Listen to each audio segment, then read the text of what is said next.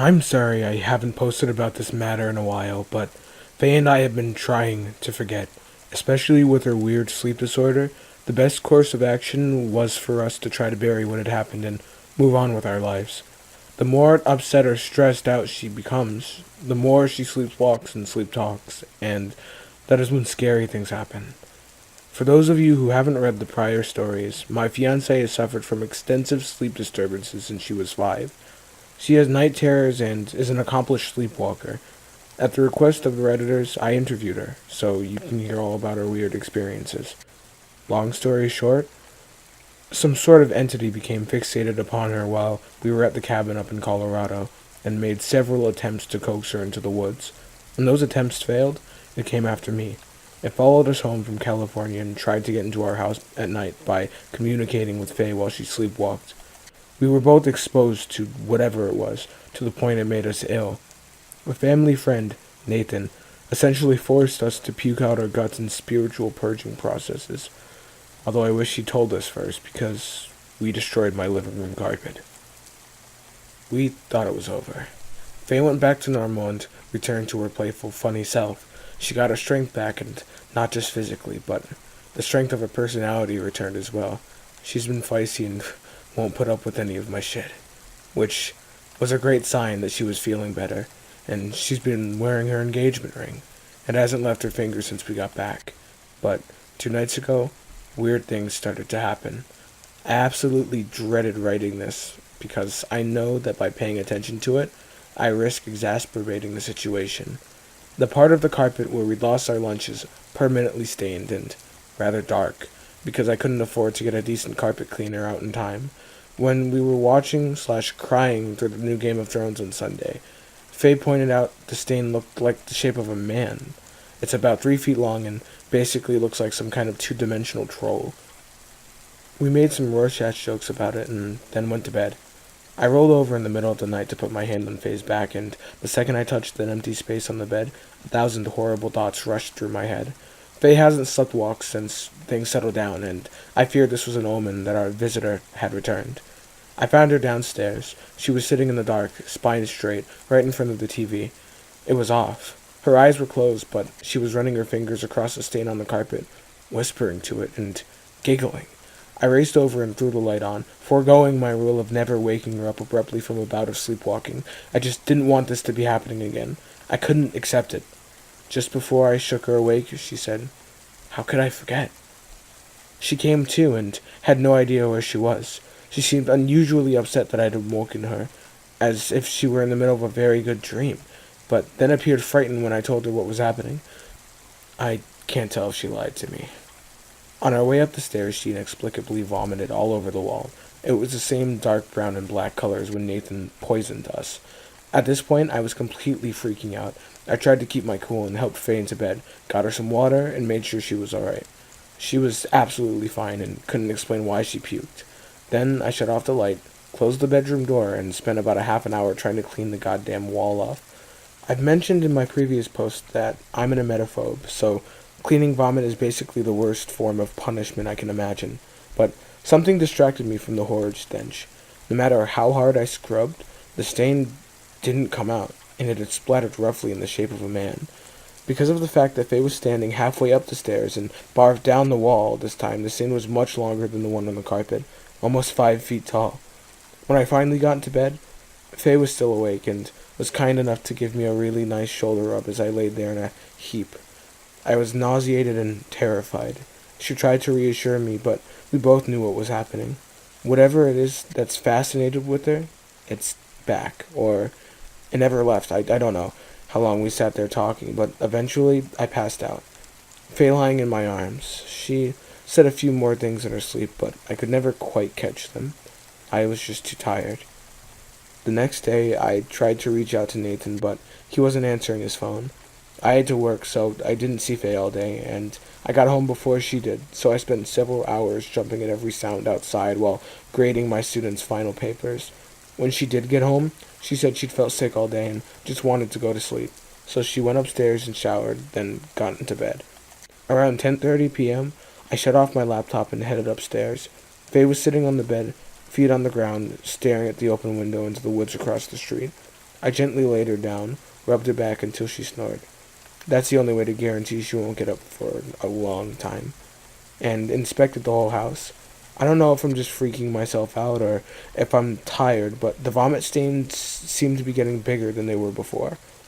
I'm calling a guy tomorrow to do a professional cleaning, but I'm pissed because I know I'm going to get stuck with a $200 bill for the job. I checked the backyard and didn't see anything, then made sure the front door was locked and all the windows were sealed tight. The last window I checked was the one in the guest room, the one which Faye had drawn the number 5 backwards while sleeping. I stood there for a long time. It was late and dark, and all the memories of last month's events just kept cycling through my mind over and over. I felt dizzy and sleepy, almost hypnotized. It was a strange feeling, an ineffable mixture of strange relaxation and terror. I couldn't explain to you why I did this, but without even thinking about it, I reached out my hand and lazily drew a backwards 5 on the window, and in that tiny little moment, I saw something move behind the trees across the street. They abruptly burst into sleep laughter, and as I walked back into the bedroom in the dark, I could hear it giggling the entire way. Nothing else to report for now. It's 10:31 p.m. on a Tuesday as I write this, and I'm going to go to sleep. We'll update if there's any new developments. I pray that there aren't any. A lot of Redditors have mentioned that since I retrieved Faye's ring from the creepy dream catcher, it's possible that it's been cursed. After all, the ring was given back to me. It could be what is causing the new disturbances around my house, so Faye and I have decided to take the long trek back to Pikes Peak, from whence the evil ring came, and destroy it by throwing it into the mine at the top of the mountain. We've gathered a fellowship of 7 other people to help us on this journey. Just kidding. But, seriously, a lot of people have speculated that the ring is now the problem. I am taking this into consideration, but Faye's not willing to part with it right now, seeing how she just got it back. But if the entity seeking Faye did curse the ring and got me to break the dream catcher to retrieve it, it is even more clever than I could have anticipated. More on this if I decide to make a move. We had a professional carpet cleaning service come out yesterday and try to tackle the puke stain situation. The guy told me over and over, that's not vomit. I can't get it out. It took him a long time, but he finally managed to get most of the stain off the carpet in the living room and recommended we get checked out of the hospital. I told him we already had. Some parts of the carpet are still spotted and ruined. He gave me a discount. The wall in the stairwell is another story. The guy took one look at it and said we needed to paint it, but I insisted the stain had to be removed before doing so. He told me to strip and sand the wall, or he could come back and do it on his day off for a small fee. I told him I'd take care of it. He made an exorcism joke and left. I wasn't amused. Faye came home yesterday, very excited. She got a promotion at her job. We celebrated by going out to dinner at her favorite steakhouse. She ordered her normal meal, thank fucking God, and had a few drinks. I don't drink at all, so I was the designated driver for the evening. When we got home, we pretty much went right to bed, and on the way up the stairs, she drunkenly said, "Fuck that guy," and pointed a lazy hand at the stain on the wall.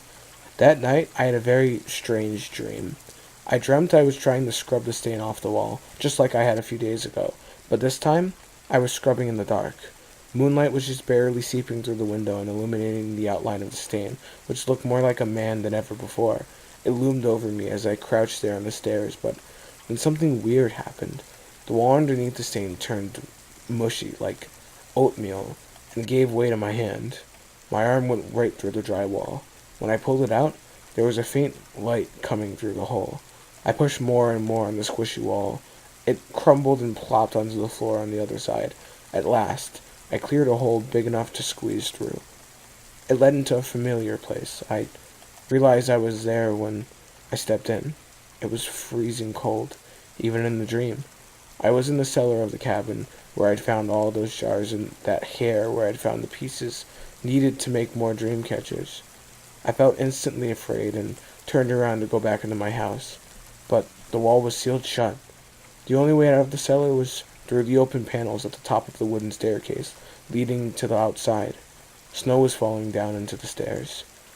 I remember seeing something on the ground behind one of the shelves. I picked it up and instantly recognized its importance. It made me feel like I understood everything better, but before I could see what it was, I was awoken by Faye. We were still in bed. She was sitting up against the pillows, running her fingers across my neck and back. She was looking down at me, smiling, but her hair was dangling in such a way that it obscured her face a little, and the moon lit her up from the window behind her, so she looked different. I recognized my fiance's hair and body, but her face looked old and weathered, like an old man's face. At the point, I noticed her hand felt different too. It was rough and heavy, like a guy's. It took me a second to realize that she was probably asleep, so I sat still and just watched her. After a few moments of this, she abruptly got out of bed and walked to the door, mumbling to herself about that sound again. I followed her quietly, wondering what she'd do. She walked through the hall, never searching for the light switch, and stood at the top of the stairs. She started whispering, arguing with someone down there in the dark, like when a couple is bickering in public but they're trying to hide it. She said, "You need to leave. You need to get the fuck out of here and never come back. I don't know any of them. I don't know anybody." "Is that you? Who's with you? Who's making all that noise? You're just gonna stand down there and call my name all night? Well, why don't you come up here then? You think I don't know what you're doing?" The last thing she said was, "We don't know. Leave us alone." She shouted it so loud, it took me off guard and momentarily paralyzed me with fear. I rushed over and grabbed her before she could fall down the stairs. She told me to get off of her, and that she didn't need help, then brushed past me toward the bedroom. Along the way, she vomited. I got to spend another hour trying to clean it up while she slept soundly, and guess what? New stain. It wasn't until writing this that I realized the stain had been making its way closer and closer to the bedroom. This morning before work, I talked to Faye about what happened. She had no recollection of any of it, including barfing up our expensive dinner, but she did say she heard several voices outside the house early this morning. She said there was a child calling out, "Where is she? Where is she?" and a man grumbling angrily, but she couldn't make out his words. She also said I was talking in my sleep this morning, which is something I almost never do. They agreed to seeing the doctor again because of the vomiting, and also mentioned to me, after reading the Reddit comments, that hypnotism might be a good thing to try. So we are looking for one in our town. More on that if anything develops. Also, her older sister Becca is going to come to town in a few days to visit us and see how things are going. Becca lives in Arizona with her husband and infant son, so I've only ever actually met her a handful of times. It'll be nice having some extra people in the house for once. In other news, Nathan is still not returning my calls, so I might try the Ranger tonight. I also want to let you all know that it's finals week, both for me as a graduate student and for the undergraduate students that I teach. I might not be able to update every other day like I usually do. If I'm missing for a day or two extra, don't be alarmed. I'm keeping a close watch on Faye. And I have one last thing to report. Today at lunch, I put my head down in my office and drifted off for a few minutes. This is also unusual for me because I'm a chronic insomniac and do not take naps almost ever. But I had another dream. Getaway came to me. For those of you who don't know, Getaway is a Native American man who lived near Pikes Peak. He and his son, Nathan, blessed our cabin and helped Faye and me in our struggle last month. He died in the woods under mysterious circumstances during my last night at the cabin. In the dream, I was looking out our bedroom window and Getaway was standing at the tree across the street. It was really him. Not the creature that did a horrifying impersonation of him. He was pointing into the forest. I think I'm supposed to go there, but I don't know whether I can trust my own dreams anymore. That's where the imposter hides. Edit. I literally just got to work 30 minutes ago and got a call from Faye's boss. I'm on their emergency contact list. They sent her home for behaving erratically. I'm on my way home now.